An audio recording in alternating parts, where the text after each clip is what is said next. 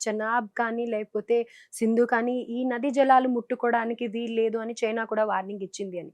అయితే ఇప్పుడు గనక పాకిస్తాన్ ఒకవేళ ఒక అడుగు ముందుకేసి ఆ జలాల్ని ముట్టుకున్నట్టయితే తన గొంతు తనే కోసుకున్నట్టే అని చెప్పాలి ఇందులో. ఎందుకంటే ఆల్రెడీ వాళ్ళకి వాటర్ స్కేర్సిటీ ఉంది ఇప్పుడు. ఇంకా ఎక్కువయ్యే ఛాన్సెస్ కూడా ఉన్నాయి. ఎల్ నానో అనేది కూడా ఏదో కొత్తగా హీట్ వేవ్ ఒకటి చాలా ఎక్కువుంది. దాని ప్రభావం కూడా ఇండియా మీద చాలా ఉంది అని చాలా ఆర్టికల్స్ వస్తూ ఉన్నాయి. మనం చూస్తూనే ఉన్నాం. అండ్ మనకే ఇక్కడ ఇంత ఉధృతంగా ఉంటే పాకిస్తాన్‌లో ఇంకొంచెం దాని తీవ్రత ఎక్కువగా ఉండి అసలే నీళ్లు లేవు. ఇంకా నీళ్ల ఎద్దడి కూడా ఎక్కువైపోతుంది వాళ్ళకి. సో, ఇలాంటి సందర్భంలో వాళ్ళు మరి అవి అటాక్ చేసే ఛాన్సెస్ ఉంటాయా? లేదా ఇండియా మీద కూడా ఏవన్నా ఇప్పుడు మీరంటున్నారు ఈ డేట్స్‌లో మనకి థ్రెట్ అయితే ఉంది 5థ్, 6థ్, 7థ్ అనని. ఏ విధంగా వాళ్ళు ప్లాన్ చేస్తున్నారంటారు సార్? వాటర్ విషయంలో వాస్తవంగా ఒత్తిడి ఉంది. వాళ్ళకు చైనా కూడా ఒత్తిడి ఉంది గనుక వాళ్ళు చేయకపోవచ్చు. చేస్తే వాళ్ళకే ప్రమాదము. రెండవది ఏంటంటే మనం ఏదైతే నీళ్లు ఆపేసామో డ్యామ్ పైన మనము చట్టబద్ధంగానే ఆపాము. ఏదైతే కాంట్రాక్ట్ వాళ్ళకు మనకున్నటువంటి ఇది పీరియడ్ అయిపోయింది కూడా. అది రివైవ్ చేసుకోవాలి అంటే వరల్డ్ బ్యాంక్ ముందుకు వాళ్ళు రావాలి. పాకిస్తాన్ రాలేదు. ఎన్నిసార్లు చెప్పినా వాళ్ళు రాలేదు. కనుక తప్పిదం వాళ్ళ వైపు ఉంది. కనుక మనం వెళ్ళాము. అది రిజిస్టర్డ్‌గా వరల్డ్ బ్యాంక్ దగ్గర రిజిస్టర్ అయ్యి ఉంది. కనుక వాళ్ళకు ఫేస్ లేదు. కనుక ఇప్పుడు వాళ్ళు లీగల్‌గా ఏం చేసేటువంటి స్థితిలో లేదు. ఇవన్నీ చూసే మోడీ గారు నీళ్లు ఆపారు. ఆ విధంగా పాకిస్తాన్ పైన ఒత్తిడి తీసుకొచ్చారు. ఇప్పుడు వచ్చేది సమ్మర్ గనుక ఇంకా ఒక 1, 2 మంత్స్ పోతే నీళ్ల కటకట ఏర్పడుతుంది. పాకిస్తాను దిగి రావాలి. యుద్ధం కాదు కావాల్సింది. ఇండియాను రిక్వెస్ట్ చేయాల్సొస్తుంది. అమెరికాను రిక్వెస్ట్ చేయాల్సొస్తుంది. అన్ని వైపుల నుంచి తాను బెగ్ చేసే ఒక స్థితి వచ్చేసింది. అన్ని వైపుల నుంచి మనము నిలబడ్డాం, మోహరించాం. ఇంటర్నేషనల్ ప్లాట్‌ఫార్మ్ దగ్గరికి వెళ్ళడానికి దానికి ఏమంటాము చట్టబద్ధత లేదు కనుక ఒకటే ఒక అవకాశం ఉంది. రిక్వెస్ట్ చేసే అవకాశం ఉంది. పంజాబ్ ముఖ్యంగా అంటే పాకిస్తాన్‌లో ఉన్న పంజాబ్ ఏదైతే ఉందో అది ఆర్మీ వాళ్ళతో ఉంటుంది. వాళ్ళకు నీళ్లు అందవు ఇప్పుడు. పంజాబ్ ఎక్కువ పంట పండించేది కూడా అక్కడే. ఆర్మీ మొత్తం డిఫెన్స్ ఆఫీసర్స్ అంతా ఉండేది అక్కడే. అక్కడ గనుక నీళ్లు సమస్య వస్తే వాళ్ళు తట్టుకోలేరు. ఇప్పుడు రాబోతున్నది కూడా అదే గనుక నేను ఎక్స్‌పెక్ట్ చేస్తున్నాను.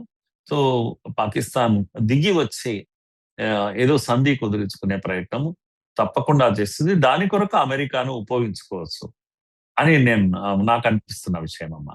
హ్యూమటేరియన్ గ్రౌండ్స్‌లో పాకిస్తాన్‌కి నీళ్ల అవసరం ఉంది అన్నప్పుడు ఎందుకని మన ప్రభుత్వం స్పందించట్లేదు అనని చాలామంది ప్రశ్నిస్తున్నారు. మీరిందాక చెప్పారు అదొక డీల్ అయిపోయింది అని అన్నారు. కానీ ఇక్కడ ఇంకొక చర్చకొచ్చే విషయం ఏంటి అనంటే అంత యుద్ధం జరుగుతున్న టైంలోనే వాటర్ ఇచ్చాం. ఇప్పుడు ఈ అగ్రీమెంట్స్ కానీ, డీల్స్ కానీ అంత ముఖ్యమా? నీళ్లు ఇస్తే ఏంటి మనకి ఇబ్బంది అననేసి అంటూ ఉన్నారు.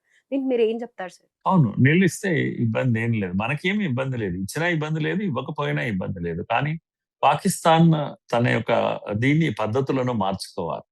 పాకిస్తాన్ మనందరికీ తెలుసు పహల్గామ్‌లో జరిగినటువంటి ఇది. ఎన్ని రోజులు ఇలా చేస్తారు మీరు? కనుక అప్పుడప్పుడు అలా పంపడము, టెర్రర్ గ్రూప్స్ పంపడము, దాడులు చేయడము, మరి పహల్గామ్‌లో సామాన్య కుటుంబాల పైన చూసి హిందువా కాదా అని చూసి చేసినటువంటి దాడి ఏదైతే ఉందో ఇది అమానవీయం కాదా? కనుక పాకిస్తాన్ యొక్క వ్యవహారం ఇది అమానవీయం కాదా? బాంబే పైకి సముద్రంలో వచ్చి 3 రోజులు స్తంభింపజేసి ఇష్టారీతిన చంపేస్తుంటే ఇది మానవత్వం అవుతుందా? కనుక పాకిస్తాన్ సహాయం లేకుండా ఎవరో వచ్చి మన ఎనిమీస్ చేస్తున్నారా? ఇది జవాబు చెప్పాలి పాకిస్తాన్. అందుకే మనం కూడా టిట్ ఫర్ టాట్ అన్నట్టుగా జవాబు వాళ్లకు లొంగదీసే ప్రయత్నం చేస్తున్నాము. మనము నరసంహారం మనం చేయడం లేదమ్మా. యుద్ధం చేసినప్పుడు మొన్న 3 గంటల్లో యుద్ధం క్లోజ్ చేశాం మనం. వాళ్ళు ఎక్స్టెండ్ చేశారు తప్పితే మనం చేయలేదు. మనము అటాక్ చేసి 9 స్థావరాల పైన అటాక్ చేసి ఓన్లీ టెర్రర్ స్థావరాలను దాడి చేసి ధ్వంసం చేసి చెప్పాం మా పని పూర్తి అయింది అని కూడా చెప్పాం. అయినా మిస్చివస్ పాకిస్తాన్ అమృత్సర్ పైన ఇంకా కొన్ని ప్లేస్ల పైన వాళ్ళు డ్రోన్ తో దాడులు చేసి కంటిన్యూ చేశారు. యుద్ధాన్ని వాళ్ళు కంటిన్యూ చేశారు తప్పితే మనం ఎప్పుడు చేయలేదు. అందుకని మనం ఏ రోజు కూడా అమానవీయంగా మనం ప్రవర్తించలేదు. నీళ్లు ఆపేసి దాహంతో మనుషులందరూ సామాన్య మనుషులు కూడా చావాలి అన్నంత దుర్మార్గం పని మనం చేయడం లేదు. మనకి ఇష్టం కూడా లేదు. ఇప్పటికైనా పాకిస్తాన్ తన పద్ధతులు మార్చుకోవాలి. అందరికి తెలుసు ఒసామా బిన్ లాడెన్ ఎక్కడ దొరికాడు, top most terrorist in the world Pakistan లో దొరుకుతాడు కదా. కనుక మన బాంబే టెర్రర్ గ్రూప్స్ అన్ని కూడా ఎక్కడున్నాయి, పాకిస్తాన్ లో ఉన్నాయి కదా. కనుక ఇవన్నీ కూడా తెలిసి మనం చేస్తున్నది కేవలము ఒత్తిడి తెచ్చే ప్రయత్నం చేస్తున్నాం కానీ మనుషులను చంపాలనేటువంటి ఇది లేదు. ఇప్పుడైనా పాకిస్తాన్ బుద్ధి మార్చుకోవాలి, టెర్రర్ స్థావరాలను ధ్వంసం చేయాలి, టెర్రరిజాన్ని పక్కకు పెట్టాలి. అక్కడ ఉన్న మనుషులు కూడా మనుషులే కనుక వాళ్ళు మన వాళ్ళే ఒకప్పుడు కనుక వాళ్ళందరి పైన మనకు సానుభూతి ఉంది. ఉమ్, నీళ్లు నిజంగా కూడా నీళ్లు ప్రకృతి ఇచ్చినటువంటి ఇది అందరికీ హక్కు ఉంది. బార్డర్లో మీ బార్డర్ మా బార్డర్ కూడా కాదు, నీళ్ళు అనేవి మనిషికి ప్రాణం పోసేవి. కనుక మనం అలాంటి దుర్మార్గమైన ఆలోచన మనకేం లేదు. మోడీ గారని మనము అలా మాట్లాడుతున్నాం కానీ ఇప్పుడున్నటువంటి యుద్ధ నీతిలో బాంబింగ్ చేసి ఇప్పుడు మీరు 17,000 మంది ఇరాన్ లో చనిపోయారమ్మా, 70,000 మంది హమాస్ గాజాలో చనిపోయారు. ఇవన్నీ ఫిగర్స్, మనుషులు చస్తా ఉన్నారు. అలాంటి దుర్మార్గం మనం ఎప్పుడు చేయలేదే. మనం కూడా బాంబింగ్ చేయొచ్చు కదా పాకిస్తాన్ పైన. వై ఓన్లీ ఆన్ టెర్రర్ ఇవి స్థావరాలు. ఉమ్, కనుక దీంట్లో మనం చేసే యుద్ధంలోనే ఒక నీతి ఉంది. మనం చేసే యుద్ధంలోనే రక్తపాతం లేదు. టెర్రరిస్టులను మాత్రమే మనం అడుగుతున్నాం, వాళ్ళనే కొడుతున్నాం. కనుక ఇది కూడా అంతే. ఈ నీళ్లు ఆపడం అనేది మొత్తం పాకిస్తాన్ ప్రజలపైన చేసే దాడి కాదు. పాకిస్తాన్ తన పద్ధతి మార్చుకుంటే నీళ్ళు ఎంతసేపు అమ్మా, కొద్దిగా మనం పక్కకు జరిగితే నీళ్ళు వెళ్ళిపోతాయి. ఉమ్, వాడుకోవచ్చు, అందరం వాడుకోవచ్చు. అంతకుముందు జరిగిన 3 యుద్ధాలు ఎప్పుడు కూడా మనము నిజంగా చాలా మంది అంటుంటారు, యుద్ధాలు 3 చేశాము కదా, 4 చేశాం కదా, ఎప్పుడు కూడా మరి నీళ్లు ఆపే ఆలోచన ఎందుకు చేయలేదు అంటే చేయలేదు. వాళ్ళకు అవకాశం ఇచ్చాం, లాంగ్ రోప్ ఇచ్చాం, మార్చుకుంటారని అనుకున్నాం. మొదటిగా 2, 3, 4 ఎన్ని చూస్తాం. ఉమ్, కనుక యుద్ధం చేయకుండానే ఒత్తిడి పెంచడం ఎలా అనేది మన ఉద్దేశం.